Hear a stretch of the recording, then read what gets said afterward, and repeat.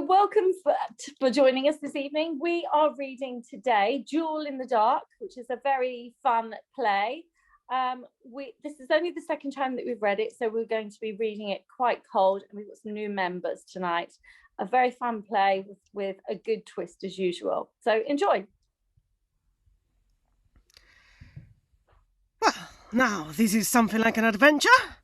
There's a romantic mystery attached to me that I can't unravel. In fact, I feel myself like a tangled pennyworth of thread. The more I try to clear myself, the more complicated I become. Let me calmly consider my singular position. In the first place, here, I have arrived at the Hotel d'Angleterre in Dieppe, accompanied by the Countess de Rambuteau, a real countess. Poor Mrs. Grimfinch little dreams what a rake I am. But for a long time I have been dying for an aristocratic flirtation. I have looked at lovely women in the private boxes at the theatres, and have run after carriages in the park, but all in vain. And now, startling as the fact may seem, I have been for the last 30 hours the travelling companion of a French countess, and I have shared the post-chaise from Paris. When I say shared, I mean the countess and her maid took the inside and left me on the outside, where I was exalted to the dickey amongst a miscellaneous assortment of trunks and bandboxes, by which I have been jolted and jammed till I haven't a bone in my body without its particular ache. But the most extraordinary part of the affair is that I have never yet seen the countess' face, for she always concealed it from me with a thick veil. However, that's nothing. There's a secret sympathy by which I think I could discover a pretty face under a pie crust. Ah, here she comes. And now for the tender revelation, the soft confession, the blushing avowal, the... Ah, my charming countess, at length, after a painful and, delightful journey, we have arrived in Dieppe, and now permit me to gaze on those lovely features. Oh, no, je ne me permettez pas, never, not at all, Monsieur Greenfinch. Oh, dear Countess, take pity on me. What a delightful accent. She told me she could speak English fluently, and she does. Am I never to see your face, dear Countess? Oh, have pity on me. Oui, il s'est dîner tous de suite. Dinner? Certainly, Countess. Is he gone, Mum? Yes, Betsy, you may come in. Well, Mum, does he suspect nothing yet? No, nothing.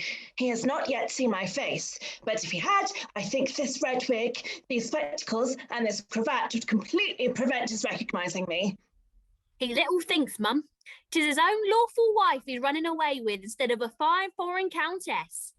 Oh, Betsy, when I think of that, I could tear his eyes out. A man, Betsy, that I thought the most faithful creature woman ever was blessed with, deceived me so.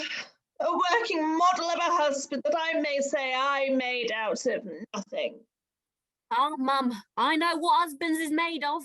I was once accidentally married myself for 3 weeks to a sea captain, who took me, Mum, as his mate, but I discovered that I was only his second mate, for he'd got another wife alive, Mum, and so he slipped herself through the wedding ring that way. Oh, Mum, husbands isn't to be trusted no ways. 'Twas your experience and advice, Betsy, that put me upon this plan of trying Mr. Greenfinch's fidelity. Before he went to Paris about that legacy left him by his aunt, there wasn't a more beautiful little husband in Peckham Rye. No, more there wasn't, Mum. But after he'd been a month in Paris, he wrote to say he got into the hands of the French lawyers and couldn't return so soon as he expected. Upon which I resolved to run over to Paris, if 'twas only for a day, for I thought he must be miserable without his wife. A very popular delusion amongst women, Mum. And so, as you know, Betsy, I took you with me and crossed to Boulogne, what I suffered from the roughness of the waves and the custom house officers I need not repeat. I didn't, however, think of anything but the joyful surprise it would be to Mr. Greenfinch when I should drop suddenly like a lump of sugar out of heaven into his solitary tea. Yes, Mum. But you know I had my suspicions that it wasn't the lawyers kept master in Paris. So I persuaded you to take lodgings opposite the hotel where he was stopping and keep a watchful eye on his proceedings from the window, with your veil down. Yes, Betsy, that was certainly your plan. And what has been the consequence? The very first day my gentleman kissed his hand to me. The second day he performed a love pantomime at his window for my diversion. The third day he sent to me a daguerreotype portrait of himself backed by a Westphalia ham. And before the week was out, you would induce him to run away with you. I'll never forgive him for that. Of course you won't. You've too much spirit to forgive any man, much less a husband. Now, Mum, if you'll help me in a little plan I've hit upon, I think we'll torment him to that degree that he'll never hear a countess mentioned without trembling. I'll do anything, Betsy, to make the little wretch miserable. Well then, Mum, this is my plan. Okay, shall we swap around? So if we can have Holly play the Countess, and if we can have Sarah play Greenfinch, and then Valentino, if you can do Betsy, there is some there. Okay. I hear him returning. Run into my room and I'll come to you presently. I've ordered dinner at 5, and now my charming Countess, mysterious being whom I have loved distractedly for 3 long weeks through this envious veil, admit me. Well, I won't. Delicacy forbids intrusion. However, I hope I may not be considered particularly inquisitive if I beg to be informed why you and I should be here in Dieppe under such mysterious circumstances. Oh, certainement, Monsieur Grandfiche. I shall confess to you that I was frappé with your mug. That is your superb countenance in the window of your hotel. Struck by my superb countenance. Clear case of fascination. My dear Countess, it is no less extraordinary that whenever you are sitting in your balcony, I generally found myself flattening my nose against the centre pane of my window. Ah, oui, oui, I did regard your flat nose very much.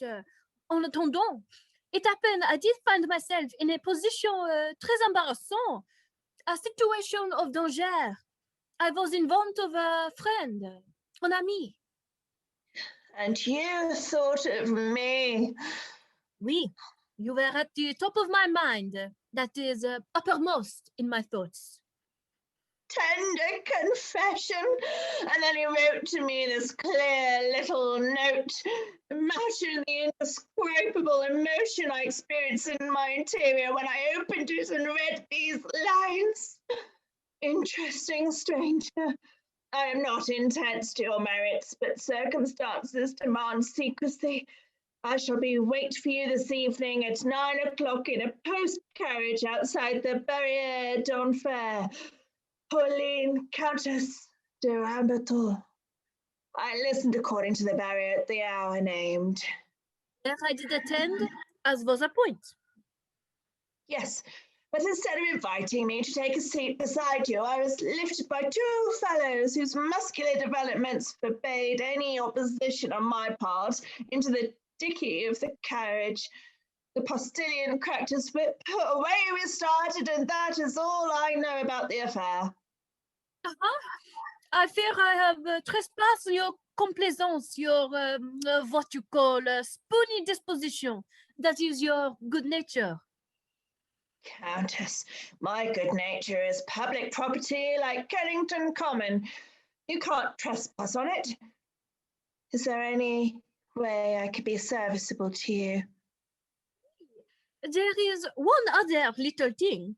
Will you permit me, while in this maison, to be appelée your femme, your best half of the worst, to be called Madame Grandfiche? Madam, in English, that means Mrs. Greenfinch. Oui, I have particular reason for my request. Perhaps, Countess, you are not aware, but there's a previous Mrs. Greenfinch at this moment on the British shores. A splendid woman, though I say it, who sits like a pensive dove mourning for her absent mate at Peckham Rye. There's some good in him still. Oh, that is no obelisk in the way. I go tomorrow in the Bacchae boat and sail only to be your little rib for a little time. Why, if I thought it was only for a little time, I might... She's a lovely creature, no doubt, and as Mrs. B can never know anything of my delinquency, what's there to be afraid of? Oh, Countess, I can refuse nothing to your sex. Consider yourself as the temporary Mrs. Greenfinch. Merci, mon ami. The atrocious wretch. Point settled. May I not, in the profane language of poetic fiction, be permitted to feast these longing eyes on those heavenly features? Ah, you persuade me of what you like, you little rascal. Gracious condensation.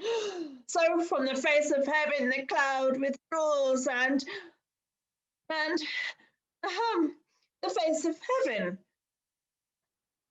The Countess' face won't approve upon close inspection. I never liked red hair and I hate green spectacles. You like my physique? It is your taste? Ah, oui. Now I shall leave you to change my toilette. Restez-vous ici, and that's not a word. N'oubliez pas, and don't forget I am Madame Grandfiche. Shall I ever forget it? Never! The Countess adores me, that's clear. And if she hadn't red hair, she'd be a remarkably fine woman. But she may dye her hair. Gad, so she may. It's only dying for love, after all. I did forget. You must prenez garde. Be wide awake and take care of our secret. For the most little cause of suspect will couper both our neck at one slice. Okay, so let's swap. Miriam, could you please take over Greenfinch? Yep. Larissa, can you take Mrs. Greenfinch? And then we'll have Lizzie read Greenfinch in a minute, and maybe Valentina take Mrs. Greenfinch again in a second. We'll swap over. Okay, so carry on. What does she mean? I feel I'm up to the ears in some terrible mystery. I don't know whether it is the conscience or the cowardice, but my sympathy for the Countess is evaporating rapidly. In fact, I'm beginning to feel dreadfully uncomfortable here. Why should she want to pass as my wife? Why does she want to escape from France? Echo returns no answer to its correct correspondent.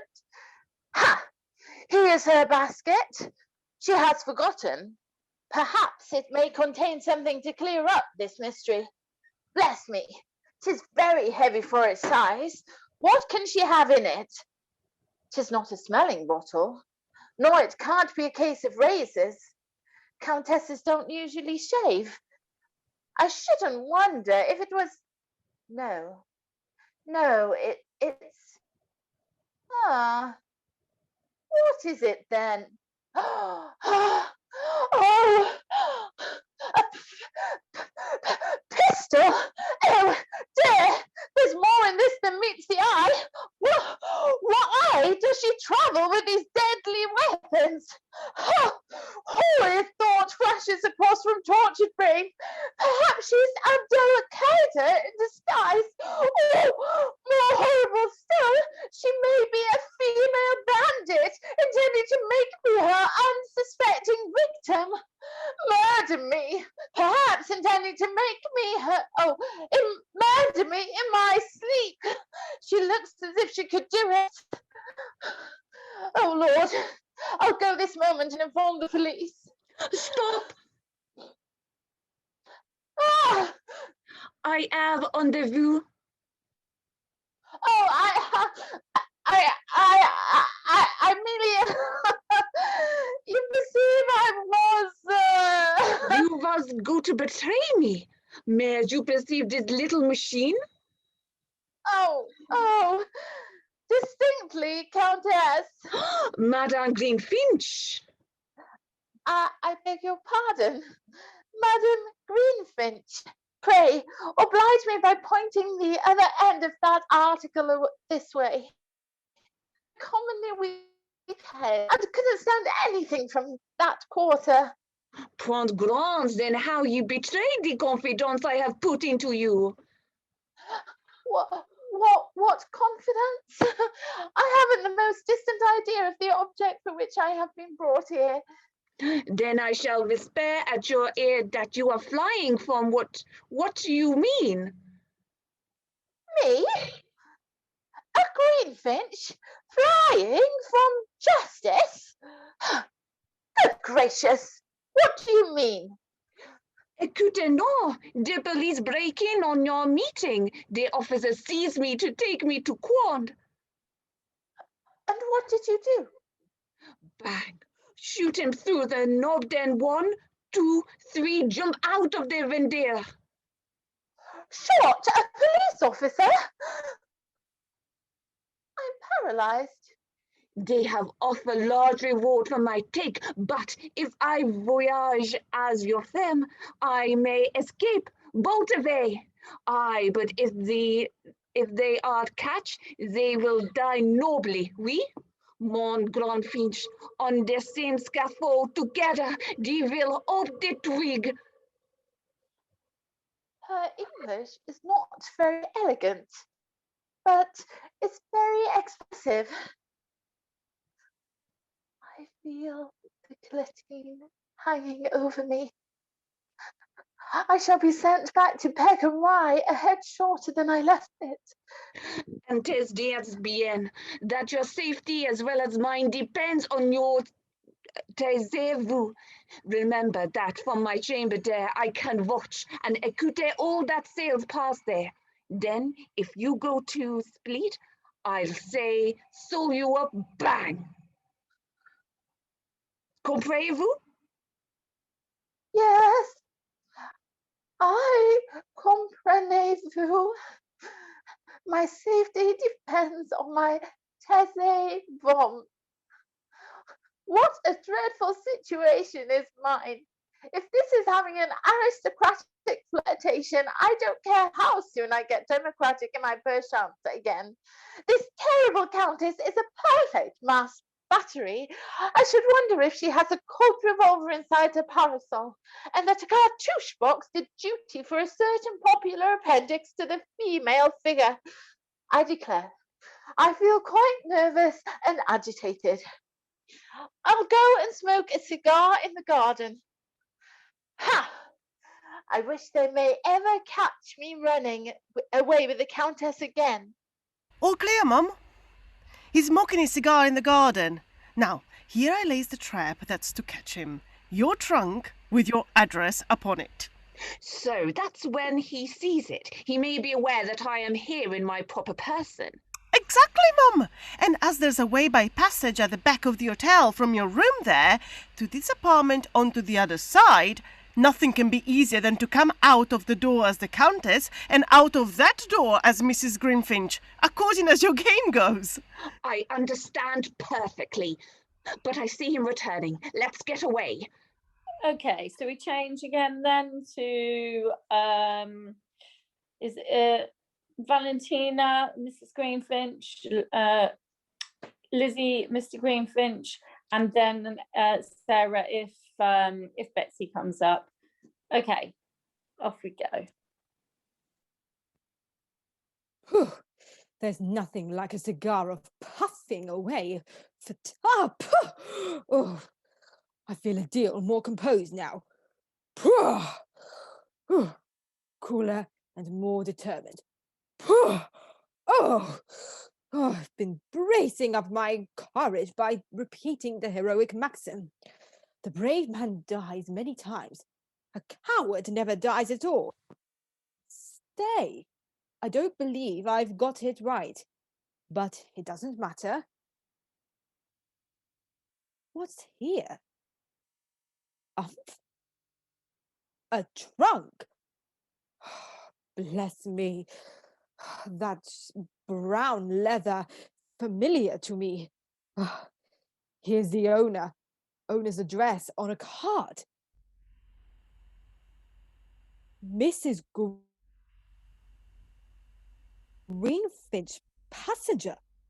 Oh, that's her writing. And she's here. Que faites-vous ici, mon cher Grandfinch? Oh, Countess, we're lost. Oh, Perdue! Have the police come? No, but my wife has. See here. Mrs. Greenfinch, passenger to Paris. That's her writing after 6 lessons. I know she's somewhere in the vicinity of the brown leather trunk.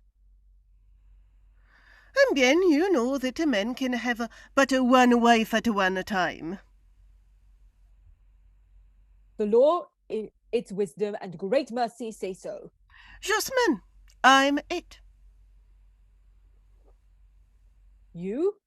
Oh, yes, Countess, I beg your pardon, Mrs. Greenfinch, pro tempore, but as the original Mrs.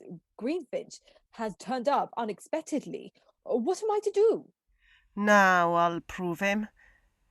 Say that you never did see her. How? Disown Mrs. Greenfinch and turn my back upon my marriage certificate? She's a Mephistopheles in petticoats. It but want the courage. But I've no courage. One look from Mrs. Greenfinch would dissolve me into my own Wellingtons. If you tombe, I say'll be close to prop you up. Then stand firm on your pingle, your pins. Courage, entendez? No fouquez pas. This is what I call a tremendous situation. Deny my wife, and such a wife as Mrs. Greenfinch, a woman that won't be denied. How shall I ever attempt it? And if I don't, there's the Countess prepared to shoot me through the head. Oh dear, I must have some brandy to screw up my nerves. Oh, that revives me and brings back my courage, which was sneaking away in spite of me. Oh, there, nothing like brandy. Ha! There's her voice, the voice of my wife. That's her. Hi, Greenfinch, and that's her shake. I can't be mistaken in her shake, for it makes me shiver all over. Brandy? Ha! I must, for it makes me I must be stern and resolve the Countess has her eye upon me. And my wife's coming. Never mind, I'm prepared for the worst. More brandy? I feel myself growing desperately profligate. I'm becoming brick. I don't care a straw for the world. No, it's only my maid, Betsy. Surely it never can be my master. Why, Mr. Greenfinch, sir, bless me. Who'd have thought of meeting you? Oh, this'll be a surprise to Mrs. Oh, Mum, make haste, please. Here's master. Here he is, Mum. Yes, indeed. Quite natural, Mum. Who? Your master, my dear Gregory? Oh, 'tis he indeed. She has me. Good heavens, Gregory! Why, Gregory! Mr. Grinfinch, don't you know me? I haven't the pleasure of your acquaintance, ma'am. What, sir? Don't know me? Know me, sir? I never saw either of you before in my life. Oh, if that's not audacious. Don't be impertinent, young woman. Oh, he calls me a young woman. More brandy? Oh, Betsy, he's more depraved than I could ever imagine. I know I shan't be able to keep up my temper. I'm firmer now. Mr. Grinfinch. Aye, sir. Will you look at me and repeat you don't know me? I feel the Countess has her eye upon me. I'm a dead man if I give away. I tell you, I haven't the slightest knowledge of you. This is going beyond a joke, Betsy. The man's quite serious. Looks in my face and denies me. Yes, Mum. It means to stick to it. Does he? Mr. Grinfinch, you'd better mind what you are doing. I am not a woman to be trifled with. I'm well aware of that, but now that I have the Countess at my back, I don't mind aggravating her.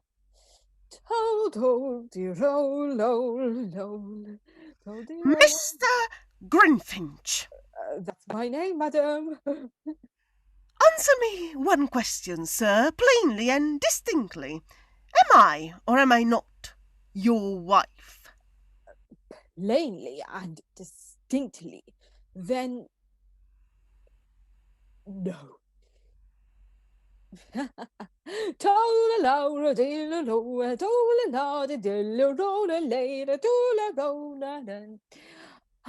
I'll give you a toast. Here's lovely woman all over the world. Oh, he's delirious. We're frightening him out of his senses. Look at his eye, Betsy. There's madness in that eye. There's brandy in it, Mum, not madness. It wouldn't do to irritate him now. My dear Gregory, of course this is all a joke. You remember me, your doughty little wife? Your lovey-dovey? Why don't you speak to your own Pidgey-Widgey and give her a toesy-woesy kiss? Okay, let's swap. Well done. Betsy, Larissa, Ori, Greenfinch, Miriam, Mrs. Greenfinch. Everybody okay?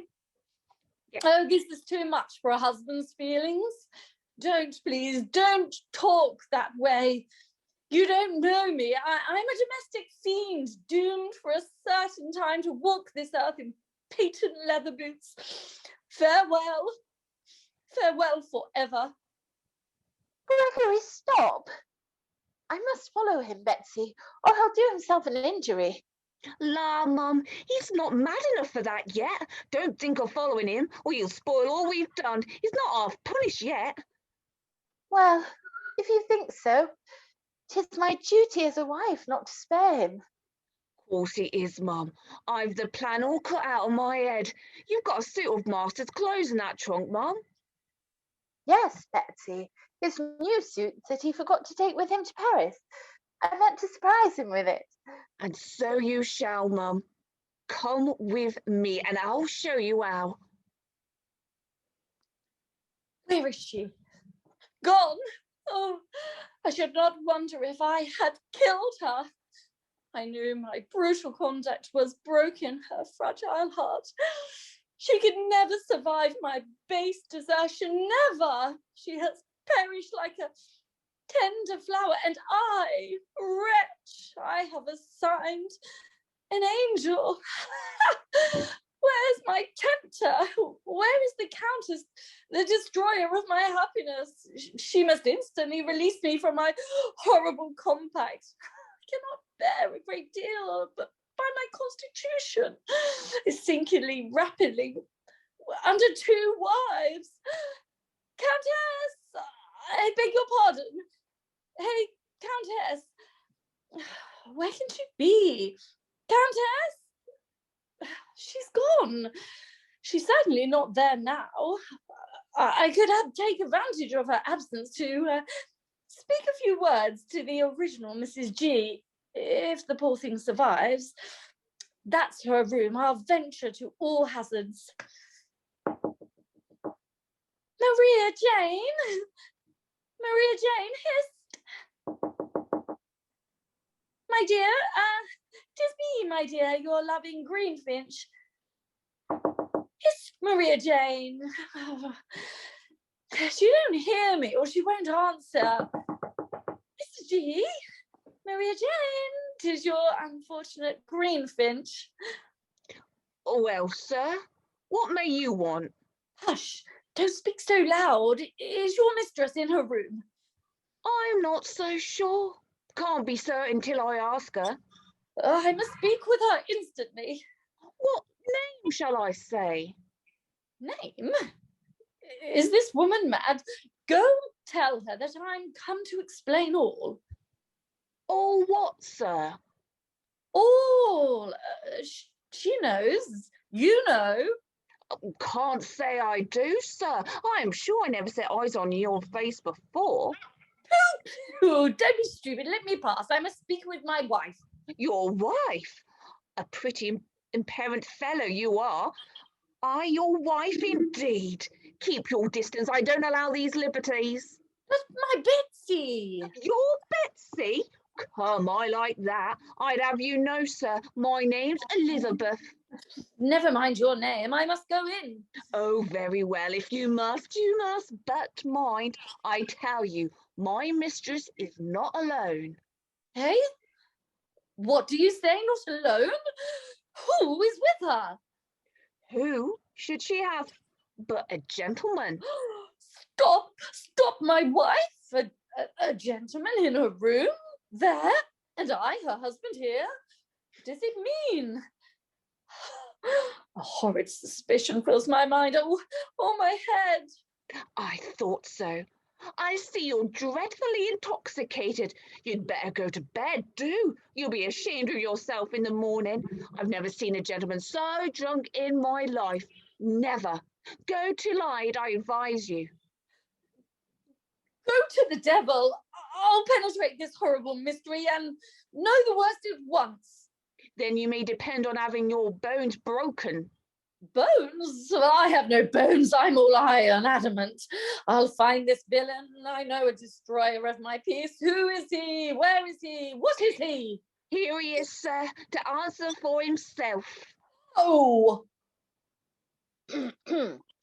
What's the damned row here? Who is this person who has been exciting himself so enormously? I'm sure I don't know, sir, but he seems to be a gent who has been putting himself in the way that gentlemen wish to be who love their wine. Yeah, I'll be calm, but infernally severe. I beg your pardon. It strikes me that you've been in my wife's room. Your wife's? I repeat, my wife. That lady in there is my wife. Allow me, sir, to inform you, it is my deliberate opinion you're a scoundrel, a miscreant, and a vagabond. Demi, sir? Or did you make use of the word scoundrel? Scoundrel was the word, sir. And miscreant, sir? Miscreant emphatically. And vagabond, sir? Vagabond in its strongest sense, sir. And do you mean to apply these terms to me offensively? Most offensively, sir. Oh, very well. That's enough. There's my card, sir. And here's mine, sir. Gregory Greenfinch. The turtle. The turtle. Peckham, right? Why? Oh, Oh. Hey, why is this my card, my name and my address? I'm Gregory Greenfinch, the turtle dovery. Excuse me, my good fellow, but your impudence is highly amusing. What do you mean to tell me, that I am not Greenfinch, that I am not the husband of my own wife? Oh, no. I simply say I'm Greenfinch. Then who the devil am I? On my life, I haven't an idea. No, bless me, that's very extraordinary. Why, it can't be possible. I have a strong moral conviction that I am Greenfinch. I feel that I can't be anybody else, and that anybody else who presumes to be me is an imposter. For all that, I'm Gregory Greenfinch. The poor man's certainly mad, sir. What does she say? Mad? Huh? Horrible suggestion. If I should be mad, I should be the one labouring under a pleasing delusion and making myself for some other individual. What if he should be me and me him? No. He me and me he. No, that's not it. What if PM he and me? I mean, if I and he and I are neither one nor me. Oh dear, what am I saying? Well, mister, what's your name? If you have any desire to be shot in a gentlemanly manner, an aristocratic manner, there's a nice quiet spot at the back of the hotel, fit for the business. Just let me know when you've made up your mind, and I'll be ready in 5 minutes to operate. Stop, destroyer of my peace and confounder of my identity. Stop and hear me. Young women, retire. Now, sir, I ask you one momentous question. Do you mean to stick to it that you are Greenfinch? Stick to it? No, like diamond wax. The world's a cage, not wide enough for two Greenfinches like us. One of us must hop the perch. Exactly, my good fellow. I shall dispose of you immediately. My pistols are in the next room. Excellent. Right, let's swap again. Let's have Larissa Greenfinch, Lizzie Betsy, Valentina Mrs. Stop! We must fight in this apartment. Here? Oh, very well. If you prefer being shot on the premises, I can have no objection. One word more. The sight of a pistol affects my nerves. We must fight in the dark. In the dark? Who have heard of a duel in the dark? Why, we may fight till morning, I may never be able to hit you. That's precisely what I wish. If we fight, it must be in the dark. Well, if you make it a point, I shan't dispute it with you, as I dare say I shall be able to pick you out somehow. I'll step in for my pistols. Ha! Bravo, I've caught him. Stratagems are all fair in love and fighting, and as this fellow means to shoot me, it's my business to prevent him if I can. So I'll get behind the stove there, and then he may blaze away as long as he likes. I'll shut the windows and be ready for him.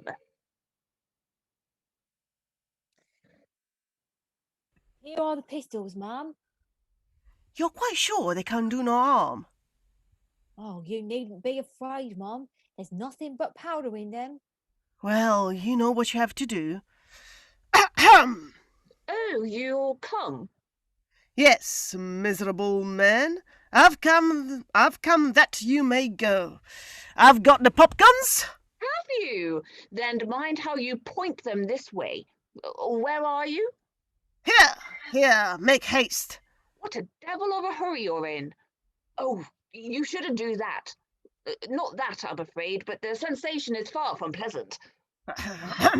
Come, sir, you shall take one and I'll leave me the other. Thank you. The touch of them throws me into a cold perspiration. I wish I knew which was the mildest of the pair. Well, have you made your choice? No. Yes. There, this will do. Oh, Lord, my heart is in my Wellingtons. Are you ready now? No, not yet. Let's take our time. Do you think a human being should be shot with as little ceremony as a sack of coals? Ha! Shall we fire the first word? Oh, kill a fellow creature at the first word? Rash young man, we must have 2 words to that. Let the signal be death and glory. You shall take death, and I'll have glory. And then we fire. Very well. Now mind your eye. Death! Hello, stop! What are you about? My glory is not ready for death. Let's deliberate a little. Oh, nonsense. I never deliberate. Are you ready? Yes, I'm ready now. Very well, then. Look sharp. Death! Glory! Hello? What's that? Have I hit you? Hit me? Yes. The ball has penetrated my side. Here, close to the heart. I feel I'm dying. Give me your hand, old fellow. Where are you? Here! Ha! He is floored. What shall I do? Shall I call for help? Run for the doctor? No, 'tis no use.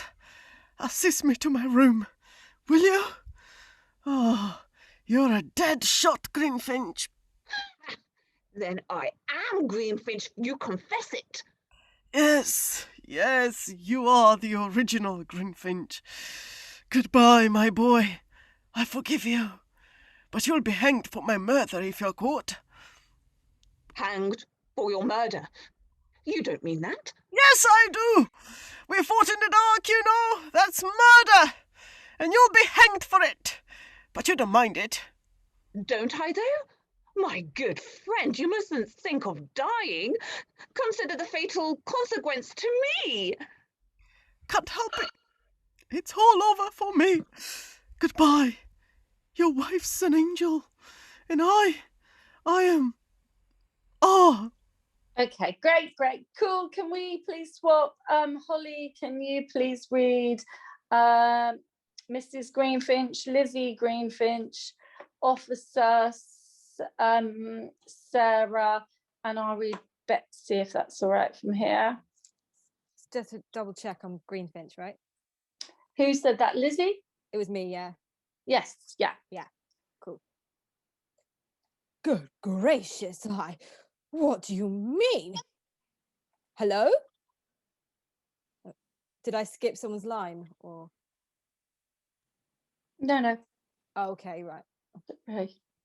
Hello? There's not a stir in him. He's dead. Dead as the 12 Cassars. Unfortunate youth. He's gone to settle this long account and has left me a heavy balance in my hands.